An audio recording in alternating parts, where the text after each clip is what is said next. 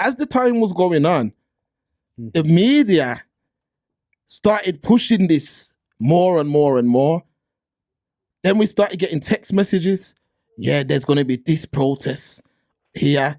There's going to be that Matter of fact, Stephen, I'm sure someone sent a thing yesterday and said there was 100 planned protests yesterday. Mark, not to cut you off. Come true, man. I believe there was a timetable. Wasn't there a full timetable floating around yesterday? Yes. I received it more than once. I think I sent it to you, but I know you probably received it more than once anyway. And it was like Birmingham, Jewelry Quarter, Frederick Street. That's why Jewelry Quarter was for those who are local to Birmingham. That's why Jewelry Quarter was closed yesterday, and you saw all the people you would have seen and photographed and in the Birmingham Mail standing around. Those weren't the far right. I'm hearing those were the counter protesters, but no, that's confirmed, Stephen. It was counter protesters. Okay, it's confirmed. It was the counter protesters, and the far right didn't turn up. But we're not surprised, man, because I've said it time and time again, and we've experienced it firsthand when we went down to London on the heels of the whole Black Lives Matter. Well, I don't like saying it like that. The whole George Floyd and those boys were going to come down, and they tried to come under the guise of protecting statues. But from we heard that women and children were down there, we said no, we have to go. And what happened then? Nothing. A few little Daves and Bills got punched up, but there wasn't a major. It wasn't like, basically, let's say, pull it like this. It wasn't like that scene in Higher Learning when man's linked up and scrapped. That didn't happen because they didn't turn up. And I was saying this to Mark, and I believe I said it on the air, and if not, I'll say it now. And I was in the gym yesterday, and I said it to the Muslim brothers as well. And I was saying, like, I said, yo, even shout out to the Muslim community as well, because you see they came out in defense of their community in Borsley Green, but nothing happened. They didn't turn up again. And I said, I'm not surprised, because you have to realize these men, they may be coming from the culture of football hooliganism, but they don't actually want any smoke, you know, Mark. And for those who don't speak any Ebonics, I'll explain by that. I mean, they don't want any problems, really. They want to come out and cause a ruckus and beat up people if it's 20 versus 1.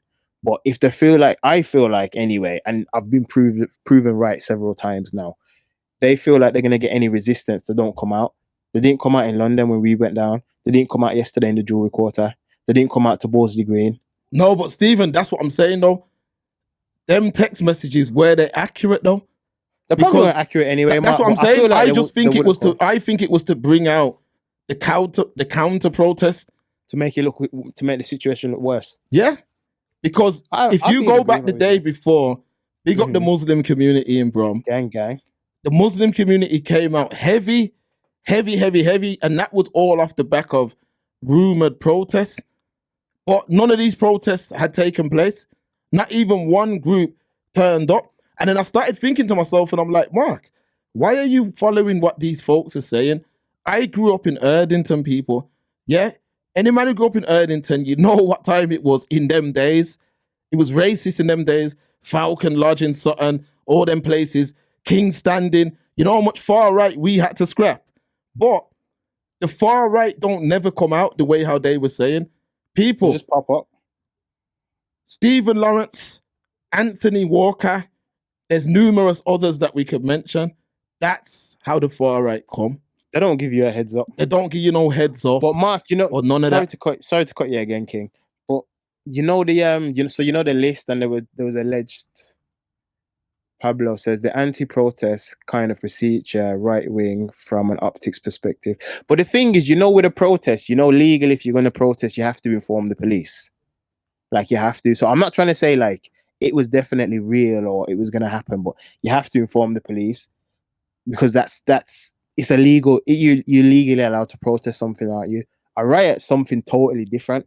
But even if you flash back to last week when we broke it down on Unfiltered, and we were talking about the aggression of the Southport community and and I'm not gonna lie, I still feel like it's been a big mismanagement by the media cycle to this point as well, because I feel like, I know it's kind of shifted away from the Southport thing, but even if you look back at that situation, which someone could argue is the catalyst that kicked everything off, they still haven't handled the identity of the perpetrator properly, because you're putting up old pictures in his school uniform. I've seen people putting up video, Mark, saying, oh, in 2011, he was part of a Children in Need ad. And I'm like, come on, man, you're just adding fuel to the fire now, aren't you?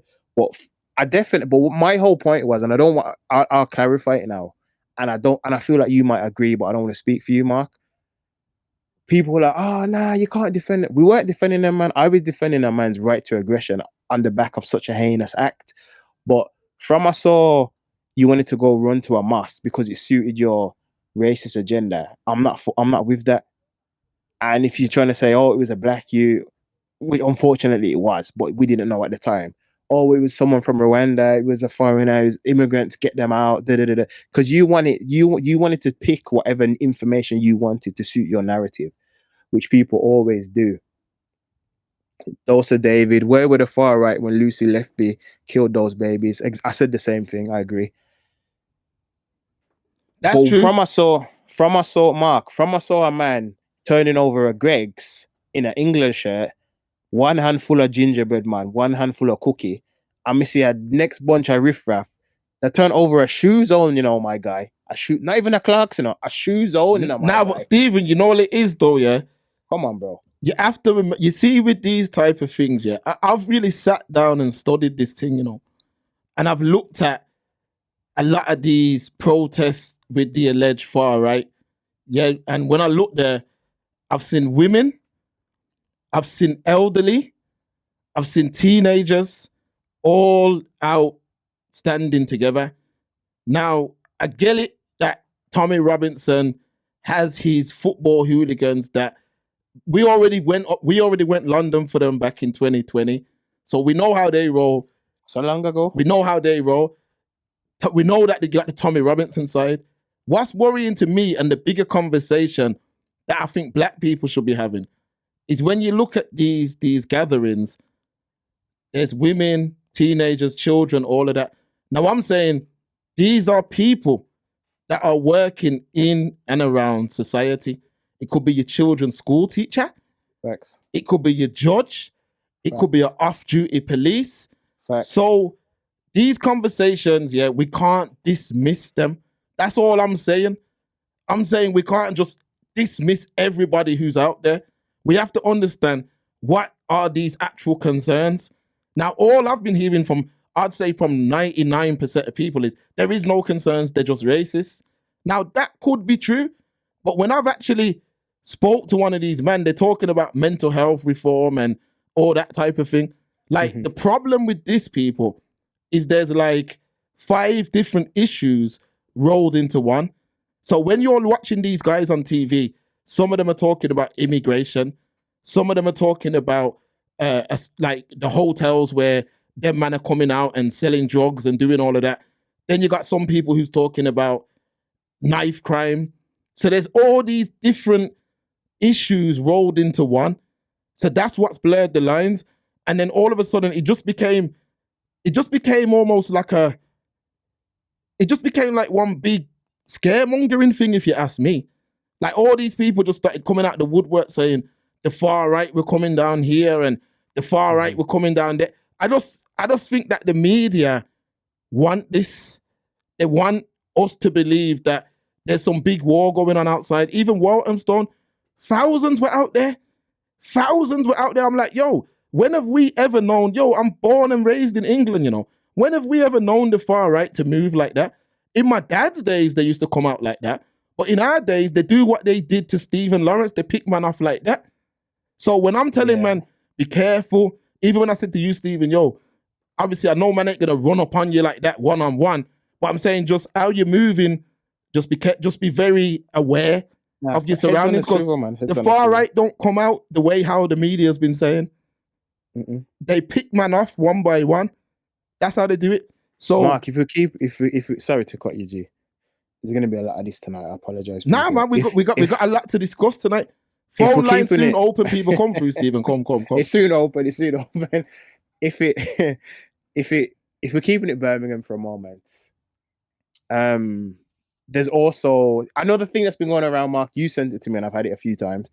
Apparently, they got poster coming around. I don't want to pull it up because I don't want to look like we're pushing propaganda. But they're supposed to be coming down next Saturday, Bullring, 1 p.m. So them say.